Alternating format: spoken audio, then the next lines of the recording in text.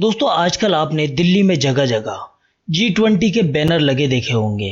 9 और 10 सितंबर को दिल्ली में G20 का शिखर सम्मेलन यानी समिट हो रहा है। G20 की इस बैठक के दौरान राजधानी दिल्ली में बड़ी बड़ी शख्सियतें मौजूद रहेंगी। तो दोस्तों आइए जान लेते हैं G20 की तमाम खास और अहम बातें। ये ग्रुप क्या है, क्यों बना है और इसमें कौन कौन से देश हैं, और सबसे ज्यादा जरूरी सवाल कि इस ग्रुप की इतनी अहमियत क्यों है। तो चलिए दोस्तों शुरू करते हैं और जान लेते हैं एक एक छोटी से छोटी बात के बारे में। G20 इस नाम से साफ हो जाता है कि ये 20 देशों का एक समूह है यानी ग्रुप है।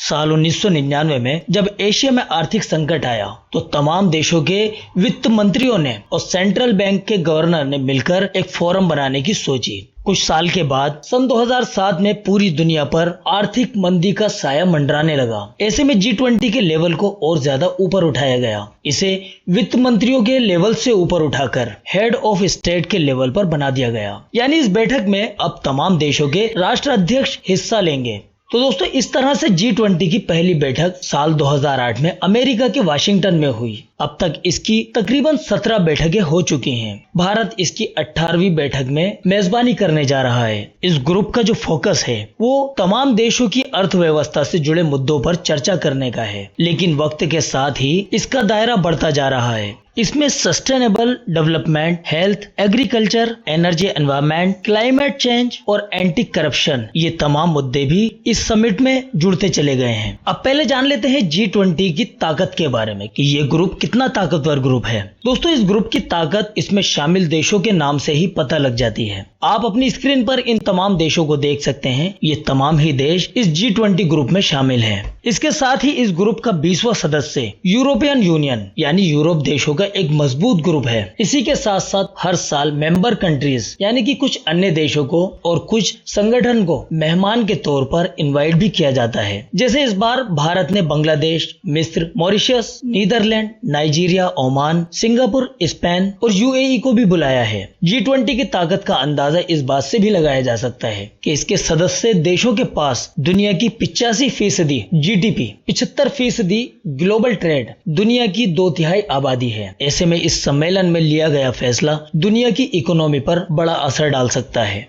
तो दोस्तों G20 काम कैसे करता है इस पर भी गौर कर लेते हैं। जिस भी देश को G20 की अध्यक्षता मिलती है वो उसी साल G20 की बैठकें आयोजित करवाता है। फिर उस बैठक का एजेंडा पेश किया जाता है। इसके अलावा G20 दो समांतर ट्रैक पर भी काम करता है। एक होता है फाइनेंस ट्रैक जिसमें सभी देशों के वित्त मंत्री और सेंट्रल बैंक के गवर्नर मिलकर काम करते हैं, और दूसरा होता है शेरपा ट्रैक जिसमें हर देश का एक शेरपा लीड होता है। शेरपा यानी जो पहाड़ों में किसी भी मिशन पर आसानी से काम कर सकते हैं। G20 के शेरपा लीड भी अपने अपने देशों के प्रमुख का काम आसान करने का जिम्मा उठाते हैं। सभी मेंबर देशों के शेरपा बैठकों के जरिए अलग अलग मुद्दों पर आपसी सहमति बनाने की कोशिश करते हैं। ये तो हम सभी लोग जानते हैं कि इस बार भारत G20 की अध्यक्षता कर रहा है, लेकिन ये अध्यक्षता मिलती कैसे है इस पर भी गौर कर लीजिए। दरअसल G20 के अध्यक्ष का फैसला ट्रोइका यानी कि एक तिकड़ी से तय होता है। इसमें पिछले, वर्तमान यानी प्रेजेंट और भविष्य यानी फ्यूचर के अध्यक्ष देश शामिल होते हैं। इसे ही ट्रोइका कहते हैं। जैसे कि इस बार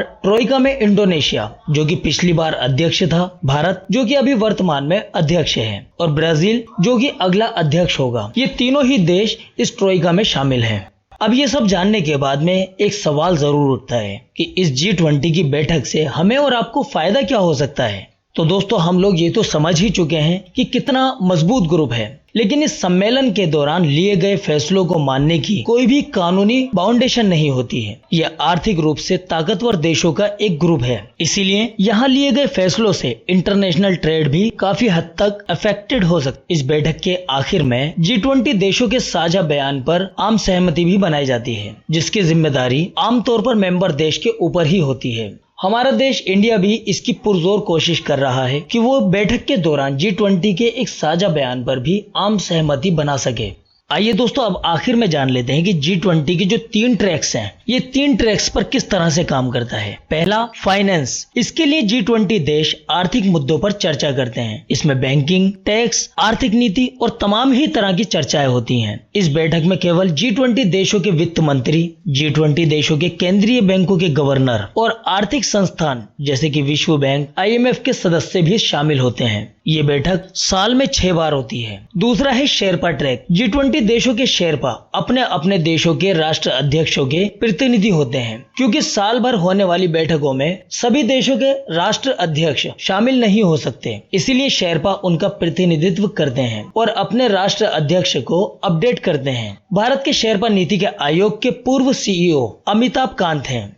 दोस्तों आपको बता दें कि शेरपा अपनी बैठकों में कृषि, एंटी करप्शन, जलवायु परिवर्तन, डिजिटल इकोनॉमी, शिक्षा, रोजगार, ऊर्जा, पर्यावरण, स्वास्थ्य, व्यापार और निवेश जैसे मुद्दों पर चर्चाएं करते हैं। और तीसरा है अनौपचारिक यानी अनऑफिशियल बैठक। इसमें देश की सिविल सोसाइटी और बाकी एंगेजमेंट ग्रुप शामिल होते हैं। ये मिलकर business 20, civil 20, labour 20, parliament 20, science 20, SAI 20, startup 20, think 20, urban 20, women 20 और यूथ 20 जैसी बैठकें आयोजित कर संबंधित मुद्दों पर चर्चा करते हैं। तो दोस्तों आपको समझ आ गया होगा कि G20 क्या है, G20 किस तरह से काम करता है, इसमें कौन कौन से देश हिस्सा ले रहे हैं और ये आपके और हमारे लिए किस तरह से फायदेमंद साबित हो सकता है। तो अगर आपको वीडियो पसंद आई हो तो वीडियो को लाइक करके आगे भी शेयर कीजिए, ताकि जिन लोगों को G20 के बारे में जानकारी नहीं है वो भी जानकारी हासिल कर सकें। आप अगली वीडियो किस टॉपिक पर देखना चाहते हैं वो हमें कमेंट करके बताएं। हम पूरी कोशिश करेंगे कि आपके लिए उस वीडियो को जल्द से जल्द इस चैनल पर अपलोड किया जाए। चलिए दोस्तों मिलते हैं अगली वीडियो में। Good bye.